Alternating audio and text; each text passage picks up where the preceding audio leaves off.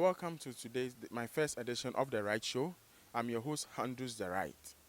And today on Research Digest, we will be looking at prevalence of prediabetes in Ghanaian middle-aged men in the Accra metropolis. This beautiful research was done by biomedical laboratory scientists and then an intern at the West African Center for Medicine and Genetics, yeah, at, at the University of Ghana. And she's in the person of Miss Gertrude Elom Kudovo. Miss Gertrude, you are welcome to The Right Show. Thank you very much. It's an honor to be here. Can you tell us more about your research? First and foremost, before we dive into that, tell us more about yourself, what you do now that you have completed. I learned because of the coronavirus, you are the last batch of students that actually graduated from the University of Ghana. And if you don't take time, you are going to be the last, right? Well, okay, so as you rightly said, I'm a medical laboratory scientist by profession, currently undertaking my research internship at West African Genetic Medical Center. So I aspire to be a researcher one day. So I think being on this show is very good, and I think it's a great program, and I think people should actually watch this program. Hello, everyone. Hello, folks. You heard her. She thinks it's a good program. Yes, it's a good program. You know, there's no development that has nothing, or that has every development in the world or around the globe has something to do with science. And as you can see, in this era of coronavirus, people are searching for vaccine, and it is all as a result of what? Science and research. So this program is highly recommended.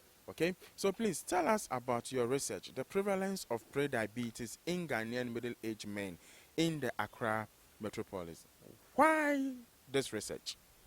Okay, so I was working with my supervisor, Professor Asari, and then his interest is partly into diabetes as well, and especially with men.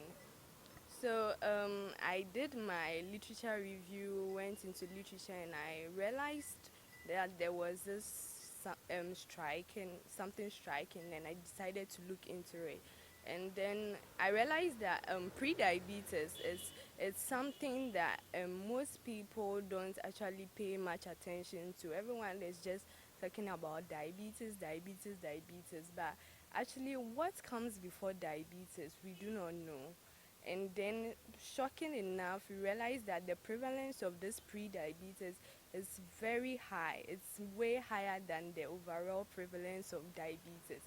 And I was like, well, I think I should look into that so that more attention will be, more light will be thrown on this aspect. Yeah. Okay, nice, nice. Reading through your research, I saw that you recruited 94 participants. 94 participants, and as you said, it's striking to know that about 50%. You tell us about, so what was the outcome or of your research? All right.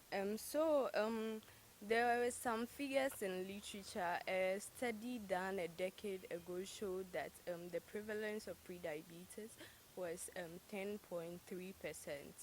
Okay, and then according to my research, I found a percentage of 29.3%, Wow, and that's a lot. yeah, that's way higher, and it's understandable because as time goes by, people are eating more junk food, exercise is being cut down, and all these things contribute to pre-diabetes. Okay, let me cut you. So can you tell us the age difference? The age you are talking about pre-diabetes, and what I know in the science world is where diabetes normally affects, even though we have juvenile diabetes, we have those are the diabetes that affect the young people. We also have, but bunch or majority of diabetic patients has to do with adults. Okay, but in your research, can you tell us the age specific? Okay, where that contributed to the 29 point zero or 29% that you mentioned. Okay, so as the topic already suggests, I was looking at middle-aged men, and according to definition given in one of the research papers I used as my reference, the age range was between 40 to 60 years. So I recruited men between the ages of 40 to 60 years. Yes, and in literature, those were the ages that were captured to have a very high prevalence of. So that's my interest. Okay, okay, okay. That is good. That is good. So what do you want to inform the rest of the public about your research?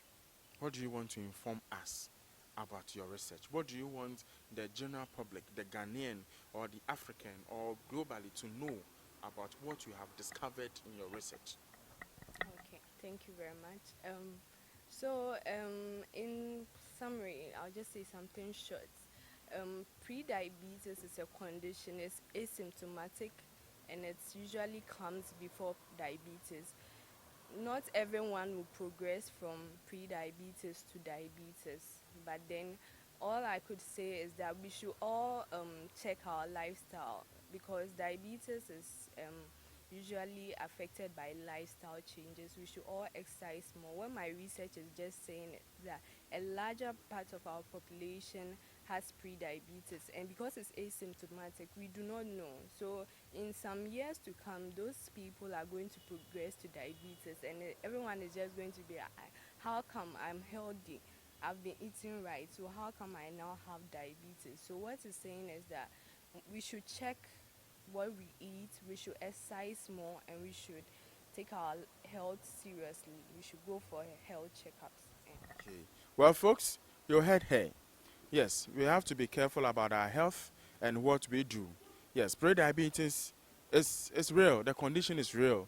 And as just like coronavirus, it is asymptomatic. You might have it and then you never know that you have it until it becomes too late. So, Miss Kudovo, thank you so much for coming to our show. Yes, and as you said, we would try as much as possible to, drum into the ears of Ghanaians or to the rest of the general public about your research findings. Yes, we hope that people will follow and then to improve on their health. Thank you very much. You're welcome. Thank you for having me on your show. Well, so that is the end of my first edition. Catch you next time. Thank you. Bye.